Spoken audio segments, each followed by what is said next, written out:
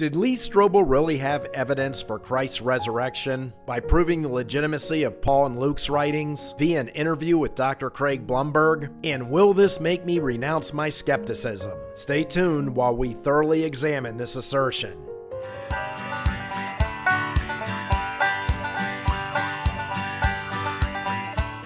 During the second half of Lee Strobel's interview with Dr. Craig Blomberg, Dr. Blomberg really tried to make his case using historical accuracy of the Apostle Paul's works to show the legitimacy of the Gospels, which of course would give to legitimacy of Jesus Christ, his miracles, and his resurrection. Now, as I said in my other video, Dr. Blomberg is no slouch. He has a master's from the Trinity Evangelical Divinity School. He has a PhD in the New Testament at Aberdeen University in Scotland, and he's been a research fellow for the Tyndall House in Cambridge, England. He specializes and has written books on the historical accuracy of the Gospels, especially in the writings of Luke, in the manuscripts of Acts. So you can't say the man's a product of the country bumpkin Bible school, who doesn't have vast amounts of education in the origins of the New Testament. But my problem with him stems from the fact that he is a fundamentalist. And I will contend that when you're a fundamentalist, you are delving into the world of fanaticism.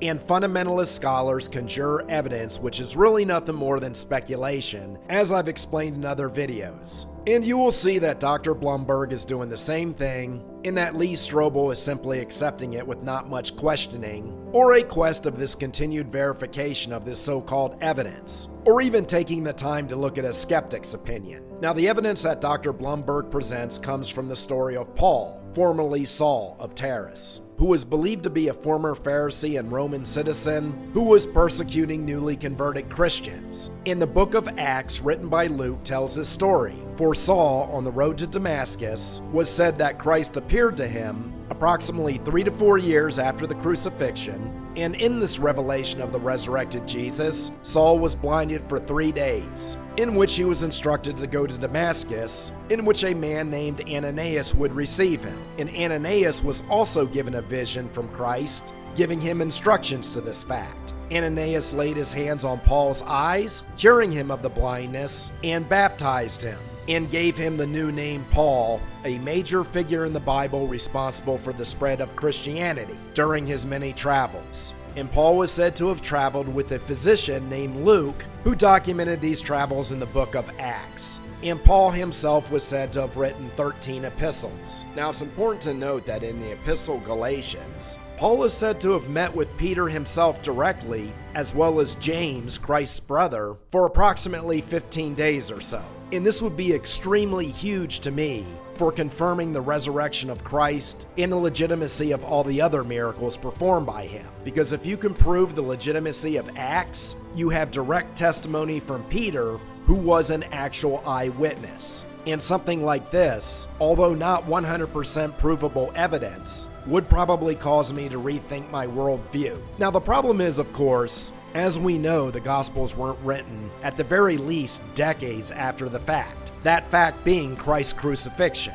which was approximately 30 AD. But Dr. Blomberg's contention was that Ananias gave Paul his creed, which would have happened approximately 2 years after Christ's death.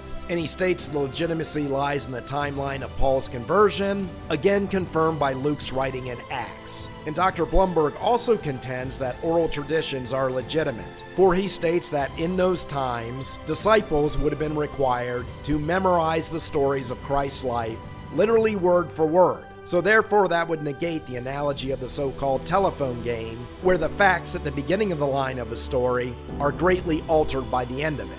So his stance is basically that Paul's writings and the writings of Luke must be legitimate because we know that Paul met Ananias, we know that meeting happened only a few years after Christ's death, so therefore there wasn't enough time for the story to be manipulated, and that oral legitimacy will match what was later transcribed in written form that eventually became our Gospels. Okay, now there's a multitude of problems for what Dr. Blomberg is saying. First of all, there is no concrete evidence that Paul met with Ananias and was given a creed outside of the New Testament texts. This is another typical example of the fundamentalist saying it must be so because it's written in the New Testament, specifically in Acts. And Acts must be true because Luke was a companion of Paul, so therefore what Luke wrote is verified as authentic. Well, it's actually not authentic. First of all, let's look at Paul's epistles. Out of the 13 written, the general consensus among scholars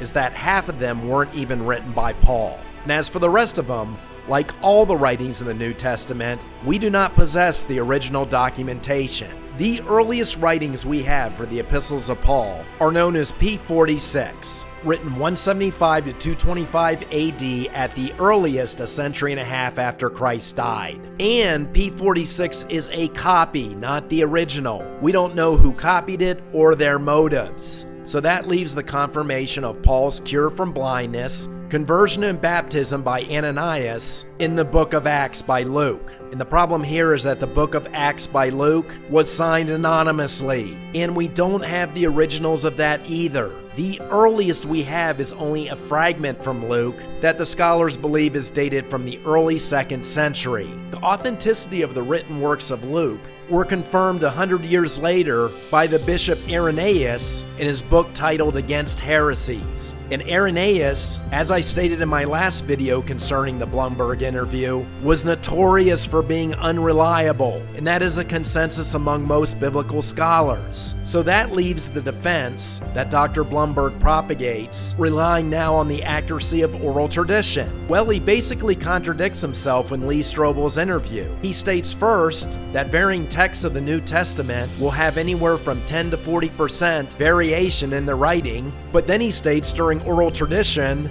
required the memorization verbatim of those very legends. And I'm not just going to believe that these ancients were able to memorize these stories word for word, first of all. And then Dr. Blomberg puts forth that the very fact that these stories are varied proves their credibility, because he states if there weren't variations, then these stories were just being parroted from person to person. And I'm not really seeing the logic there either. But his general assertion that oral tradition is accurate is greatly up for debate, because in a debate between Bart Ehrman and Peter Williams, Ehrman contested heavily that many biblical scholars do not believe in the reliability of oral tradition, and that those who do believe in their reliability are largely biased, just like a fundamentalist. There was something called the Acts Seminar from the Westar Institute, which conducted a decade-long collaborative research effort by religious studies scholars that began in 2001 with the task of going through the canonical Acts of the Apostles from beginning to end,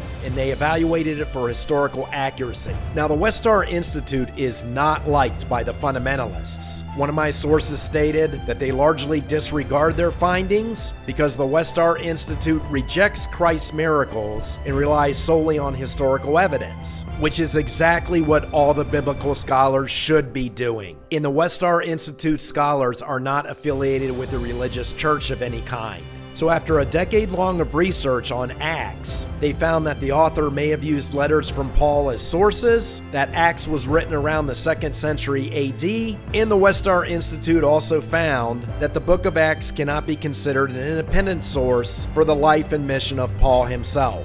Now, my point here isn't that Dr. Blomberg is necessarily wrong. Paul indeed may have met Ananias and may have been baptized by him. And maybe he did meet Cephas or Peter directly, and that would have been huge, as we would have had an unbroken line of testimony as witness to Christ himself. But the problem with Dr. Blomberg is he's confirming it as direct evidence. And it is not evidence, it is only speculation. And the problem with Lee Strobel is he is simply accepting the explanations and is not maintaining an objective, non-biased position, which is why I accuse him of not being an atheist when he did this interview. And it's because of this lack of objectivity that I am continuing my attack on Lee Strobel's book, The Case for Christ, as being a foundation of evidence for the legitimacy of the New Testament. But if you'd like to read a book that I admit is fiction, check out my novel The Second Fall, an offbeat apocalypse sure to offend the fundamentalist, on Amazon. See link in the video description as well as the banner, and I will see you next time as we once again take the sword of reason and reality and thrust it right through the heart of ignorance.